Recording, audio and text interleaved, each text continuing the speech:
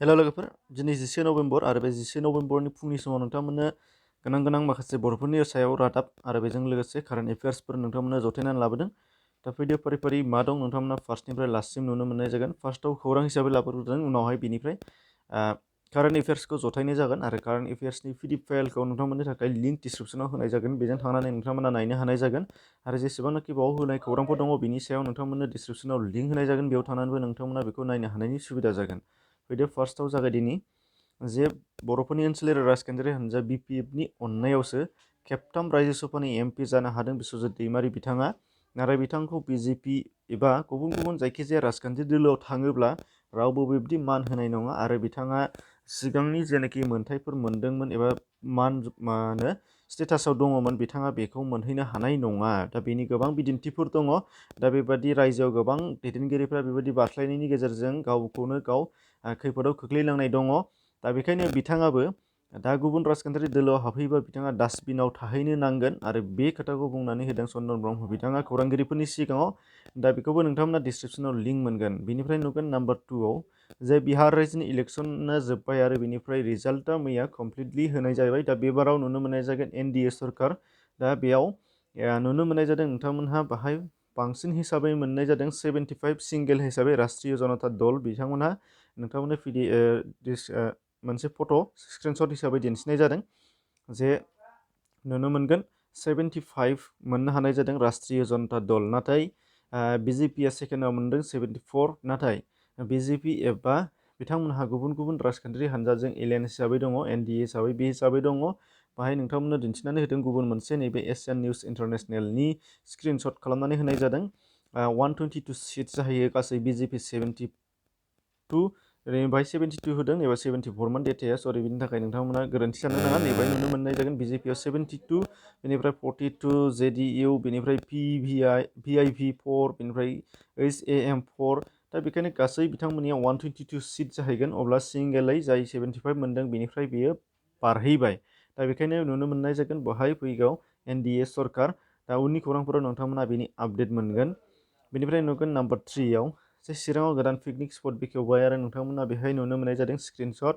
जायफोरा नायगिनो सानगोन नोंथांमोना बेवहाय बेखौ स्क्रिनशट खालामनानै लानानै एड्रेसखौ लानो हानाय जागोन। बे जाहैबाय इन्ड' भुटान बर्डार मालिबिथायाव, पस्ट अफिस मालिबिथा, police station Amguri, district Chirang, BTR 783393आव।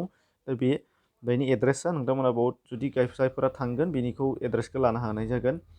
Number 4 BTC बिसायख'थियाव दावहाया बे बाराव हाग्रामा महिलारि आरो हिमन्त बिश्व शर्मा बिथांमोननि गेजेरावसो जागोन। सोरबा बाहाय बिआर फेरेंगा बा प्रमद बर' बिथांमोना जेबो गोहोम खोख्लैनो हानाय नङा बिपिएफ हान्जाखौ। दा बे बाथ्राखौ मंगलबारखालि हाग्रामा महिलारि बिथाङा खौरांगिरिफोरनि सिगाङाव गोख्रोङै बिबुंथि लाखिदों। दा बेखौ नोंथांमोना डिसक्रिपसनाव लिंक मोनगोन। बेनिफ्राय नुगोन गरेस्वरनि मोनसे मावख'आव, अदेबानि बे मावख'आ जादों इरिगेसन डिपार्टमेन्टनि।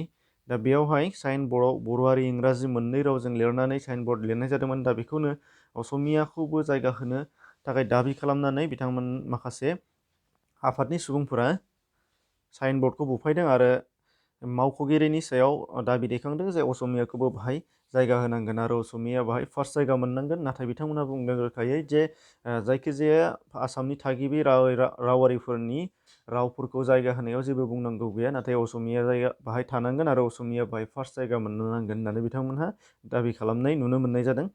बेनिफ्राय नुगोन दानिया दिनैनि कारेन्ट एफेयार्स हिसाबै। दा कारेन्ट एफेयार्स हिसाबै नोंथांमोनहा बाहाय मोनगोन जे वर्ल्ड साइन्स डे हिसाबै फालिनाय जायो बोसोरफ्रोमबो 10 नभेम्बरखौ। आरो बे 10 नभेम्बरखौ फालिनाय जायो होनदों फर पिस एन्ड डेभेलपमेन्ट, माने गोजोन आरो जौगानायनि थाखाय खामानि मावनाय जायो एबा फालिनाय जायो नैबे वर्ल्ड साइन्स डेखौ। दा 2020 मायथाइनि वर्ल्ड साइन्स डेनि थीमा जाहैबाय science for and with society होनदों। माने समाजनि थाखाय साइन्स आरो समाजजोंनो साइन्स होननानै बिथांमोनहा बे थीमखौ लानाय जादों। बेनिफ्राय नुगोन नाम्बार 2 भारतनि माराठी रावनि सावथुन खार्किनि सांची वारी एजिस अन रड ट्रिप मुंनि मोनसे फिल्म। बे फिल्मा जाहैबाय टकिअ फिल्म फेस्टिभेलाव जायगा मोनदों होनदों। बिथांमोना एन्ट्रि खालामनो हानाय जादों नैबे फिल्म। बेनिफ्राय नैबे टकिअ इन्टारनेसनेल फिल्म, बे टकिअ इन्टारनेसनेल फिल्म फेस्टिभेलाव बेयो जायगा मोनदों। फिल्मनि मुङा जाहैबाय माराठीनि रावनि, बेनिफ्राय खार्किनि सांची ओमफ्राय वारी एजिस अन रड ट्रिप बेनिफ्राय नुगोन नाम्बार 3 इउनाइटेड नेसन्सनि एडभाइजारि कमिटियाव भारतनि डिप्ल'मेट बिथां बिदिशा मैत्रा बिथाङा जयेन जानो हादों होनदों। दा बेखौ सोंनो हागौ इउनाइटेड नेशन्सआव भारतनिफ्राय एडभाइजारि कमिटियाव सोर जायगा मोनहैखो बा भारतनि सोर बिजाथिया थांनो मोनखो, बे जाहैबाय बिदिशा मैत्रा। बेनिफ्राय नुगोन नाम्बार 4आव बावैसो राजसाती मुंनि गांसे बिजाब लन्च खालामनाय जादों। बेखौ लिरदों सचिन्द्र कलिंगल बिथाङा लिरदों आरो बिथांनि बे बिजाबा ट्रेन्सजेन्डारफोरनि थाखाय जागोन होनदों। दा बिथां लिरनायनि बे बिजाब मुंदांखा, बेनि थाखायनो ट्रेन्सजेन्डारफोरनि सायाव लिरनायनि थाखायनो नोंथांमोना बिजाबखौबो स्क्रिनशट नुनो मोननाय जादों। दा बेखायनो बेयो गोनां जानानै फैगोन। बेनि लिरगिरिया जाबाय सचिन्द्र कलिंगल, बेनिफ्राय बिजाबनि मुङा जाबाय राजसाती। बेनिफ्राय आरोबाव मोनसे मुंदांखा बिजाब नोंथांमोना नुनो मोनदों जे मुंदांखा बलिउडनि एक्टर अनुपम खेर बिथाङा गावनो लिरदों आरो बिथांनि बिजाबनि मुङा जाहैबाय इयर बेस्ट डे इज टुडे। बेयो बिराद गिदिर मोनसे गोजौ थाखोनि बिजाब, बेखायनो बेयो सोंजानो हागौ आरो टाइटेलावनो नोंथांमोना हमनो हाबाय जादों इयर बेस्ट डे इज टुडे। दा बेबो अनुपम खेर बिथांजों लिरजानाय, बियो बावैसो बिथाङा लिरनानै फोसावखांबाय। दा बेनिफ्राय नुगोन नाम्बार 6, HDFC बेंकआ गोदान चिफ इनफरमेसन अफिसार थिसनदों आरो बिथाङानो जाहैबाय रमेश लक्ष्मी नारायण। बिथांखौ HDFC बेंकआ चिफ इनफरमेसन अफिसार हिसाबै गोदानै थिसननाय जादों।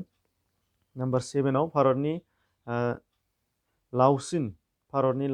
इन्डियानि लावसिन सिंगेल लेन मटर रड बेखेवनाय जादों होनदों उत्तराखन्ड रायजोआव, आरो बेयो जाहैबाय नुनो मोननाय जादों। जायगानि लावथाया 725 मिटार। बेनि मुङा जादों दब्रा सान्धि मुंनि मोनसे लामा।